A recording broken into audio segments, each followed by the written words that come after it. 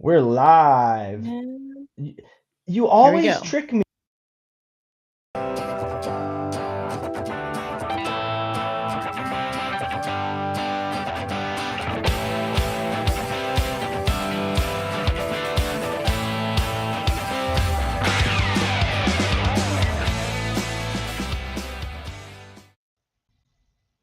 Hello, hello, hello. Favorite introduction of all time is rocking and rolling. Miss Sia, how are you today? And most importantly, aren't you sick of me yet? I am never gonna get sick of you, darling. Yeah, that's what No, they I all can't. I say. can't. I believe in you too much, so I can't get sick of you. Aren't you All lucky? right. Yes, I am very lucky actually. And for those of you that don't know what we're referring to, I was so lucky to have Sia spend a week with me in Chicago last week, working on some business, taking in some just amazing events, helping support Cure Epilepsy on Thursday night to raise nearly $2 million for their efforts. And she was just by my side the entire way as a great friend and support system. And there we are, yeah, at the red carpet event at Madame Zuzu's in Highland Park. So kind to be able to go there and watch the first few episodes of Billy Corgan's Adventures in Carneyland and see how you got to shake his hand. I know that was kind of one of the highlights of the week for you. Hell yeah, it Have was. you have Okay, you there's washed no look, have you people. washed your hands yet? I have washed my hands. I mean, look, I may have not washed my shoulder, but that's a different issue, and which we could talk about with the gentleman on the right hand side. Okay, look, my like 70s, 80s, and 90s, cool kids. I won't say I had crushes on them because I didn't really have crushes, but I just admired them like no other. Uh, I met them what 3 days apart. That's like hella cool. Yeah, yeah. You went from the Smashing Pumpkins and the great event celebrating Adventures in Carneyland at Madame Zuzu's to a couple nights later supporting Cure Epilepsy and me being the auctioneer that evening and getting to meet not only the guy you had who's a poster on your wall growing up, like you said, but also Miguel Cervantes, who was Hamilton and over 2,000 shows on Broadway. Like, yeah, we were just a star-studded week, and it was just such an honor. Most importantly, to uplift, Cure Epilepsy and the great work they do, funding research for that amazing organization working to cure that, terrible disorder. But what were some of the highlights of you being there that night, Sia? Look, okay, so it was amazing to see how passionate Billy Corgan is. So for those love, like, hate, Smashing Pumpkins, doesn't matter. The fact that he's really passionate about of what he does. He understands that some of his business ventures are money losses for him, but he doesn't care, and he's going to make it profitable. So, Adventures in Carneyland, you guys, National Wrestling Alliance. I got to hang out with some of the wrestlers on in Dallas on Saturday. So I came home from Chicago on Friday and then went to the Crockett Cup tournament on Saturday. And let me tell you, man, sold out. They oversold. It was standing room only. So we know the message of what Billy's doing is getting out. It's exciting to see, man. And I didn't think I was a wrestling fan, but I think I'm a fan now. It was so fun. So I, fun. but what about Thursday? We were talking about Thursday and Cure Epilepsy, and you were able to hang out with Miguel and I and get to see Rick Springfield perform and, just most importantly, see all the amazing work that organization, Cure Epilepsy, is doing to fund research to find a cure for that terrible disorder. And you looked beautiful in your gown, and I mean, it was just a really great night. What are your takeaways from that? Oh yeah, so just to see so many people in a room, to raise $1.9 million to find research to cure epilepsy. The stories of the families affected by epilepsy is really heartwarming and touching. As far as you, there is a possibility if we continue with the research and continue supporting organizations like Cure Epilepsy. You know, to help people live a better life, man, you can't get, not get the bug. And I will say, the people there were generous and gracious. Every single person I had met there. So shout out for David and Susan Axelrod to create a foundation and the team. Madeline, shout out to Madeline and the crew. to create an environment where the volunteers were appreciated and everyone in there was living in gratitude. So shout out for that. That was my big takeaway, was the amount of power and love in the room. Yeah, no, mine too. And speaking of power and love, and you got to dance with Rick Springfield and experience a little of the human touch, if you will, right? Like, if you haven't seen, I think I shared a video at some point earlier this week on LinkedIn, and of you dancing with and just hopping along afterwards, like the most excited I've ever seen you. Like, what was that like for you? Dude, look, I will repost that video in the future under my own profile as well. But full disclosure, everyone, he came up and grabbed me. So when you actually see the video starting, my hand is on his hand. It's because I didn't expect him to pull me into him and sing, human touch. So I was kind of like taken for once. I was taken by surprise. I'm like, oh my god, his hand is on my shoulder. So yeah, no, it was, and I did hop like a bunny rabbit afterwards. Yeah, I did. Yeah. And it's so funny, real quick, and we're going to get to our guest here shortly, but you're so kind to be wearing another one of my passion in Walking Tall organization's logo of what I'm partnering with Todd and Vanetta and doing some great work in the mental health space. And it's just that, right? The human touch, helping somebody up, putting your hand on somebody's back who's assisting others. And when I think of that logo, that's exactly what I think of. About Dave Silver, who's our next guest, right? And the Yes. amazing work that Dave does on a daily basis for his organization, Operation Yellow Ribbon, and not only for veterans and soldiers here in the United States, but the efforts he puts forth to uplift soldiers and our brave servicemen and women overseas is just really inspiring. And I can't imagine how much better the mental health of those soldiers of ours are because of the work he does. And I have some great stories about how Dave has walked tall for me that we'll get to when he comes on the show. But see, I'm just so excited for you to get to meet Dave. We have so many passions, so many things in common. And I know our visitors and our watchers, viewers, whatever you want to call them, are going to feel the same. So I know you've had enough of me. I haven't had enough of you yet, but I'm going to kick you backstage. And if you don't mind, let's bring Dave to the stage. Let's do it. There he is, my guy, Mr. Dave Silver. Dave, I'm going to just do a brief introduction of you and then let you take over for a few minutes to introduce yourself. But man, I just can't thank you enough for joining me. As much as I value and really, really, really care for what you do with Operation Yellow Ribbon, I want to let you know, man, like you've done just as much, if not more, for me personally. And just because of that is an honor having you on, and it's my honor to uplift all you do. So please, if you don't mind, introduce yourself, who you are, where you're from, what Operation Yellow Ribbon is all about, and then I'll ask some questions moving forward. But just know, man, I love you, and I just can't thank you enough for joining me today. Well, thanks for the introduction, Chris, and the check will be in the mail for those nice All right. words. Perfect. But yeah, so I mean, first of all, before I get into me, and I just want to thank you. First, I'm honored to be here today. But what you're doing is amazing. A lot of people watching might be watching for the first time that support me and the Operation Yellow Ribbon, so they might not know your story. But thank you for using, you turning darkness into light, a tragedy that you participated in not long ago that caused some mental health issues for you and some PTSD and things like that. And now using that to turn it into something positive and give other people a chance to say it's okay to, deal with those things and express how they feel. And you're a very strong person. So I'm grateful to get, to know you, not only that, but just as my friend. So thank you. Yeah. As for Operation Yellow Ribbon, we're an all-volunteer 501c3 nonprofit here in what we call South Jersey. If you're familiar with New Jersey, it gets caught in the middle between Pennsylvania and Philadelphia and New York City and New York. And we're very protective and proud of being from South Jersey, where there's lakes and trees and the Pine Barrens for those. All right, so is that the boss? Is that the boss or John Bon Jovi? Where are we at? Like, which side of Jersey? Neither. Oh, we're right across from Philadelphia. All right.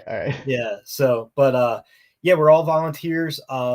we work hard each and every week to, we do two things, but the first thing and the thing that takes up the most energy, time, and money is we like to, what we call send a hug in a box. And we send thousands of pounds each month of care packages, and that includes snacks and hygiene items to our brave men and women deployed over in the Middle East and in harm's way at times, and just give them a taste from home, a touch from home. When they open up that box, we like to think a big hug from a bunch of strangers in New Jersey comes out and says, thank you for your service and for helping other people across the globe. And then the other thing we do here in South Jersey, and we partner with the Warriors Watch Riders motorcycle group and a bunch of other patriotic motorcycle groups in the area, and as well as local towns and their first responders, is where we give what we call rock star welcome home surprise greetings when they come back from deployment. And the reason why we do that is a generation, 2 generations ago, when our brave men and women came back from Vietnam, they were spit on. So we like to make sure that never happens again, at least on our watch here, and use the freedom we're given and protected, the freedoms protected and provided by our brave men and women serving, to gather safely and use our energy and time to say thank you and welcome home. I just got goosebumps, man. Like I I know what you do, right? Like I've been a supporter of OYR for many years, and while I can't fund the whole organization, I wish I could. Hey, is that maybe that's Eddie calling? Is that EV? Okay, we'll talk later about that. That's But any, spam. all right, That's deal. But listen, I know what you do, right? I've been well aware, and I've done my best to help support as best as I can out of pocket because I believe so much in what it is you do. But just hearing the words come out of your mouth, gives me goosebumps, and I just can't imagine what receiving one of those hugs in a box or one of those rock star welcomes feels like for our servicemen and women. But tell a little bit about why did you choose to get into what OYR is all about? How did you choose veterans in our service to support? There's a million interests I'm sure you have, mental health, etc. But why did you choose the line of what you did for OYR? Yeah, well, how much time do we have on this podcast? It's a pretty encompassing story, but basically, try to summarize it. It was a combination of a few things.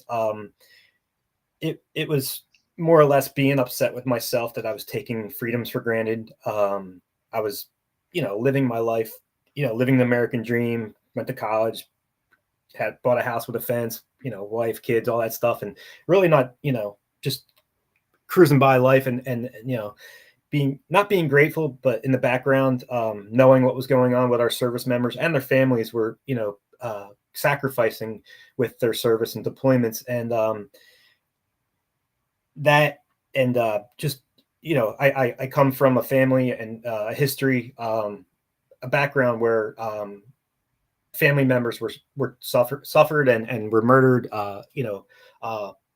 during World War II and before World War II, just for being who we were born to being, and taking that for granted here in America, and being a miracle, to be here, both sides of my families, the generations, for all the things that had to line up to get lucky enough where, my ancestors got out of Germany and out of Ukraine and out of Russia and out of Poland before things got really bad for the Jewish people. And be free here in America. And no, I don't have to worry about that, ever again, because of our service members and because of the greatest generation that went over there and made huge sacrifices to free the world. But then I got lucky. Like I had this energy. I was upset with what was going on in Iraq and Afghanistan, and not to get political, it wasn't a political thing. It was just, I saw things not right, and it was bothering me, and I didn't know what to do with that energy. And I got lucky here in my hometown of Marlton, New Jersey. I ran into a mom and dad who were volunteering for, back then it was called the Yellow Ribbon Club. And I saw yellow ribbons on their cars, and I asked them what it was about. I knew it had to do with supporting the troops. And they told me, and they invited me out to a meeting, and I got involved with them. I raised them a couple $1,000s, and then they invited me to join them. And then from there, I just found my passion. It started out as something selfless. And people cringe when I say this, but what I do now is more for me than the troops, because my God, I feel amazing. Like when you find your purpose and you're, it's great to be a good husband, be a good father, be a good friend. But when you can find something where you can touch people's lives every day and wake up and say like, hey, what can I do today to do better than yesterday for somebody else? It just comes back to you, and you feel alive. And it's kind of like a drug, people don't like hearing that, but it is. It really, I feed off of that. And I'll run through a wall for our troops. You know, it just feels so good. But yeah, it's a combination of all those three things to circle back to your question. And I just got lucky with finding a passion where I could give back to those that were making sacrifices and not getting recognized. I mean, you know, there was things going on in the newspaper, on the news, that were more important than giving 30 seconds of what was going on in Iraq and Afghanistan. You know, no one even knew half the time. It wasn't headline page, you know, on the front page or headline news on TV. So I was mad at that. And we talked about turning negative into positive with you. I turned that negative energy that I was feeling about myself and not doing anything into giving back and supporting those who deserve it the most. And that's who serves our great country. Man, yeah, and listen, for those of you that don't know Dave, but may know me, I can attest that's exactly who you are, right? Like you are so giving and you are so selfless. And I was actually just fortunate to be in DC a couple weeks ago, doing an auction for another organization there, and I spent some time in the museums, of course, and it was the second time I was in the Holocaust Museum, and just the magnitude and the heaviness of that facility alone makes one want to do good, right? And you took that experience for your family members, and you shifted the perspective into what good can I do and who is doing good through that, and focusing on our military. It makes all the sense in the world, right, Dave? And so, man, yeah, it's just so amazing how you've done what you've done. But I want to get a little bit into the numbers, right, and some of the things that make the engine that is OYR run. Yeah. Before we do that, right, like people should know this isn't your full-time job, right? Like, so I want to be very clear, right? Like most Yeah, my people, boss will tell you my boss will he's probably watching. He'll laugh and tell you that, he pays me to work my full-time job, but then also run a nonprofit on the side. listen, and you know what? If your boss is watching, I want to say, whoever you are, kudos to you, because not only do you have a great employee and a great person in whatever team it is in Dave, but understanding that he's doing good in the world and that there are some sacrifices now and again that have to be made. And at times it's at our own expense. Like, man, thank you, whoever you are. So in all seriousness, I mean that. But Dave, Yeah. talk a little bit about, this isn't your full-time job. So like, how do you juggle? Yeah, well, first of all, it's not just me. Like, I might be flying the plane, but there's so many people behind the scenes that get the tires ready and fuel the plane. And we have so many great volunteers. They give up hours and hours each and every week, whether it's nights, weekends. Yesterday we had a beautiful day here in South Jersey, and after just like a crappy month of rain and clouds, and I get a text saying 20 care packages are ready from Pam, one of our volunteers, and she just blows my mind that she's in a cold garage, with barely any lights, just packing during this beautiful Sunday. But and the supporters, we have so many corporations and businesses and schools and churches and synagogues and youth groups, Cub Scouts, Girl Scouts, Boy Scouts. It's just all encompassing with all the help we get. So it's not just me. I got to make sure you know that and you recognize that. But yeah, for me, I can't sleep past 3 or 4 a.m. I'm usually out of the house by 4:30 or 5, running my yellow ribbon errands in the morning, running around, picking up stuff, dropping off stuff, going to the post office. The post office people, they hate me and love me at the same time. We keep them employed, but at the same time, I show up with 2,000 or 3,000 pounds of care packages every week.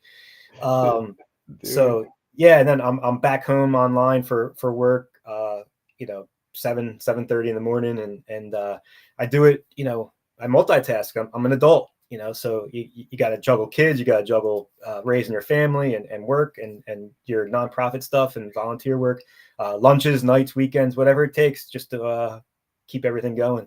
Yeah, no, exactly that, right? Like you said it, you got to juggle and do whatever it takes. And I'm learning that through my work, right? And I can also attest you don't sleep because I don't sleep. And, one of the few friends that I know is up, and I'm fortunate because you're on East Coast time and I'm on Central Standard, that if it's like 3 or 4 in the morning for me, I'm like, well, Dave's up. Let me just shoot him a text and ask what he thought about last night's set list or what's going on in OYR, or hey, did you get the quick 20 I sent you for to help a care package? But talk now about the numbers, right? You said 2,000 pounds a week, and that doesn't come free. And and how much does it actually cost to do what it is you do, whether it's sending the care packages or do the Rockstar Home, welcome homes, and then how do you go about getting that money? How are you funded, right? I think people should know. If you Yeah. haven't already scanned that QR code, please help out OYR if you're so inclined. But let's talk some business. What does it take to keep you guys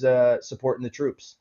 Yeah, so great questions, and I'll try to get to all of that. And if I miss anything, just circle back and hit me with reminders. But each care package weighs anywhere from 30 to 40 pounds. We use 30 dozen egg boxes. A shout out to the Ravitz family-owned shop right here in South Jersey who donate, 2,000 or so of those egg boxes to us a year, and to my volunteers who go out and get them for us. And it's kind of a pain to keep having egg boxes on hand all the time. So, but each one's 30 to 40 pounds of all the things you and I take for granted here at home. Here in South Jersey and Philadelphia, we have tasty cakes, huge thing that the troops love getting. Girl Scout cookies are a big thing right around now that we're almost all shipped, almost Sweet. gone of our Girl Scout cookies. Thank God. What are their favorites? I like the Samoas. I bet the Thin Mints are the heavy favorites, right? Well, here on the East Coast, we're not allowed to call them Samoas. That might be frowned upon, but I'm sorry, I don't know. Lights here. Okay, I'm sorry. Yeah. Okay, That's back all right. to it. The numbers. The numbers. Yeah, you don't want to call it. But yeah, I haven't touched a Girl Scout cookie in 5 years because I'm so sick of looking at them. Because we're so blessed. Again, like we talked about, it's all encompassing. Getting help from the community. We literally get tens of thousands of dollars from the Girl Scouts here in South Jersey, Pennsylvania, and Delaware. We about 10 years ago we created a patch for their sashes, and that was the brightest idea and the biggest mistake because these girls love the patch. They don't care about supporting the troops, and they don't want to hear what you're talking about. They just want their patch. But all the cookie moms and dads and guardians out there that put up with the cookie sales to help us, we're full of gratitude for that. So yeah, each box is about 35 pounds on average, costs about $30 to $40 a box to ship. Some of them, we have different zip codes that we ship to, cost $80 to $100, but on average, $35 to $40 a box. Our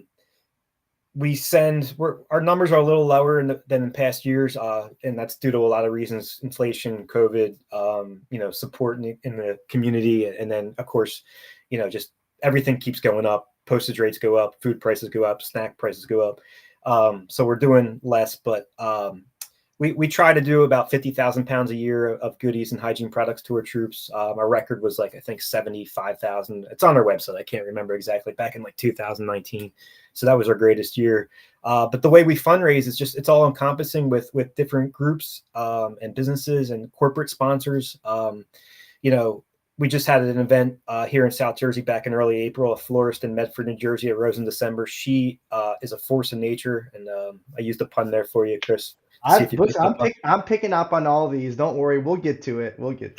But she her son was deployed a couple years ago, and she came to me and said, "What is this? What's Operation Yellow Ribbon?" And I took her to our packing office and I showed her and had her pack her son's first care package. And after that, she was like, "Yep, I'm helping this." And she's literally kept us in business with over $30,000 a year in donations, and then probably another 20,000 of care package items where we fill school buses.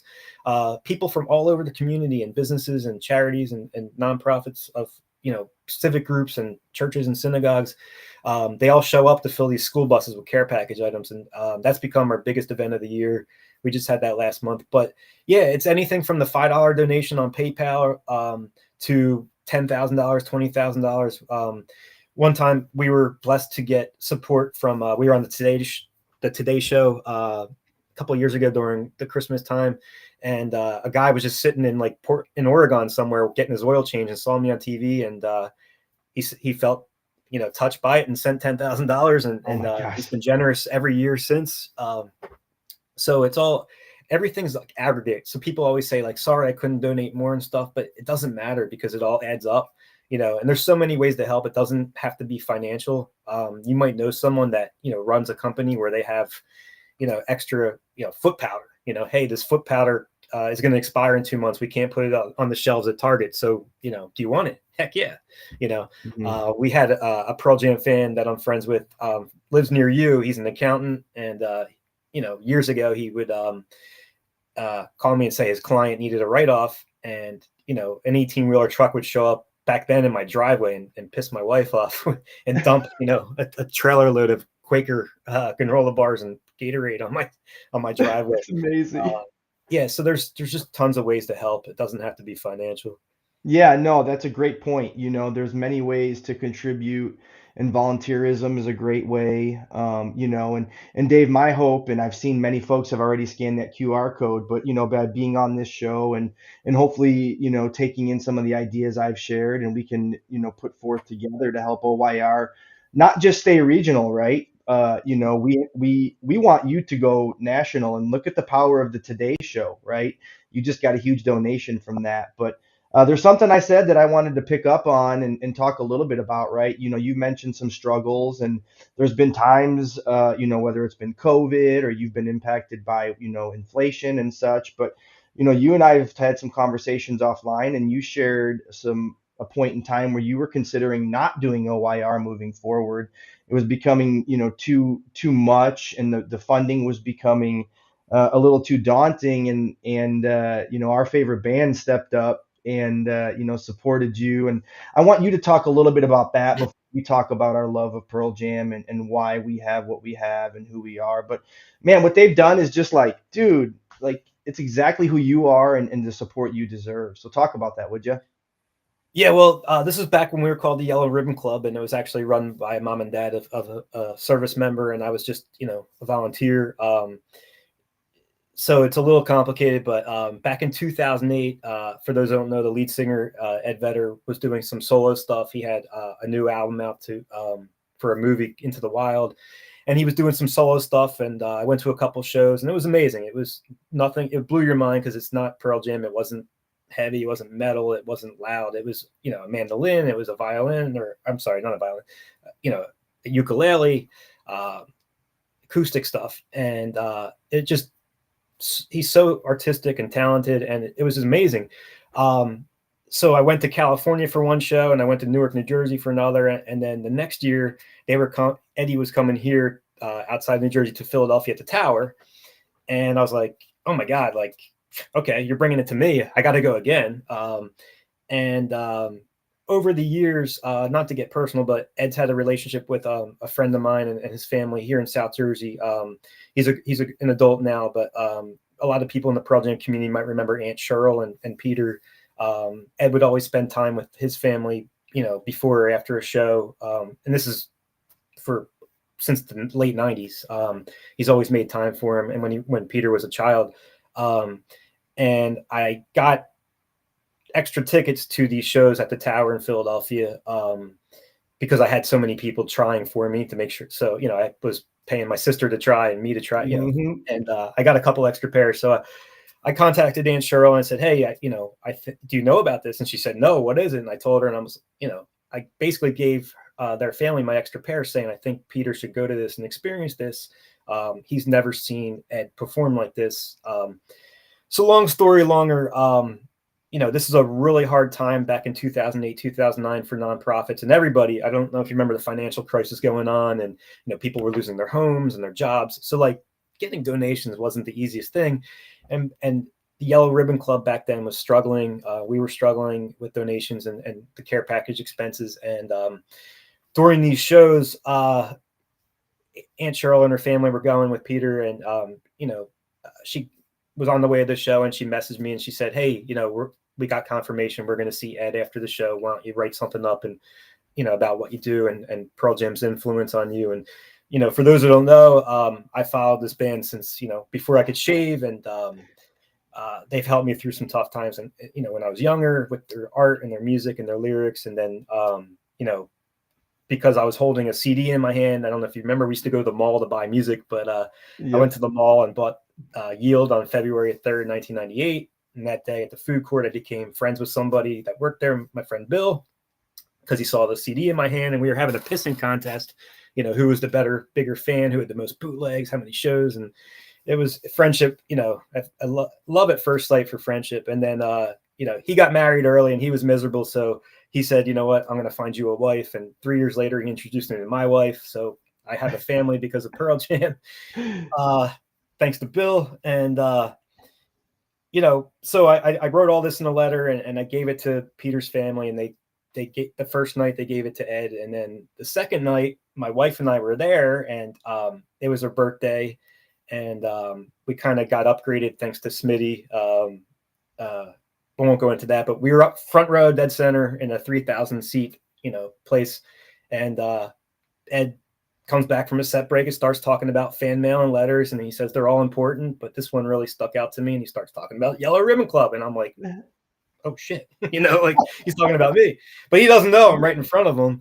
And my wife looked like Gene Simmons from Kiss. She's crying, her makeup's all over the place. Oh, I'm so funny. And then, he's talking about how him and the band are going to step up and through the Vitalogy Foundation help Yellow Ribbon Club out a little bit. And, they put their money where their mouth is. They're activists, and they speak up for the little guy, and they do things for the environment and for women. And just they're such, motivational group. Think about how many nonprofits have spun off because of Pearl Jam's activism, whether it's the Wish List Foundation or, may his memory be a blessing, Tom Pugh with GTL. But, yep. So Ed's talking about Yellow Ribbon Club, and he's mentioning me and all this stuff. And he kind of glances at us and recognizes us in the crowd right in front of him at his feet. And he's like, is it you? And I'm like, yeah. And he's like, no, seriously, is it you? I'm like, yeah. And, he has the house lights on and has us stand up and comes over and hugs us. And, I'm pissed at my wife. She washed her hand. He kissed her hand. And, but, so did Sia. You heard earlier, right? Sia had to wash her hand after meeting Billy earlier. But, that's exactly, what I love about that story is it's just a testament to, the band that I love that's inspired me. And as you said, has saved your life, has definitely saved mine, right? Like, you mentioned an experience that I went through a couple of years ago. And for those that don't know, I was in a mass shooting, and, for many, many weeks and months, I didn't turn the TV on, right? And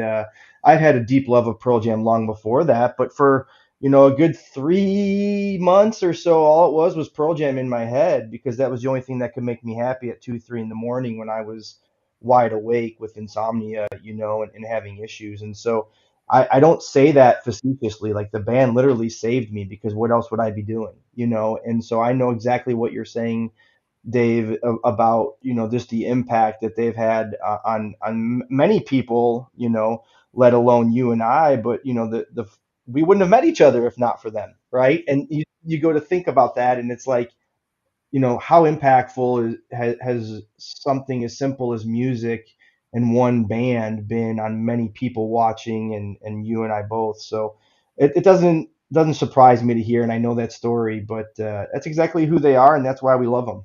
Yeah, I mean, if you think about it, like, earlier I talked about me being here. I used me being here, the miracle that all the miracles that had to happen for me to be here, and I used that to give back and thank the universe for that, right?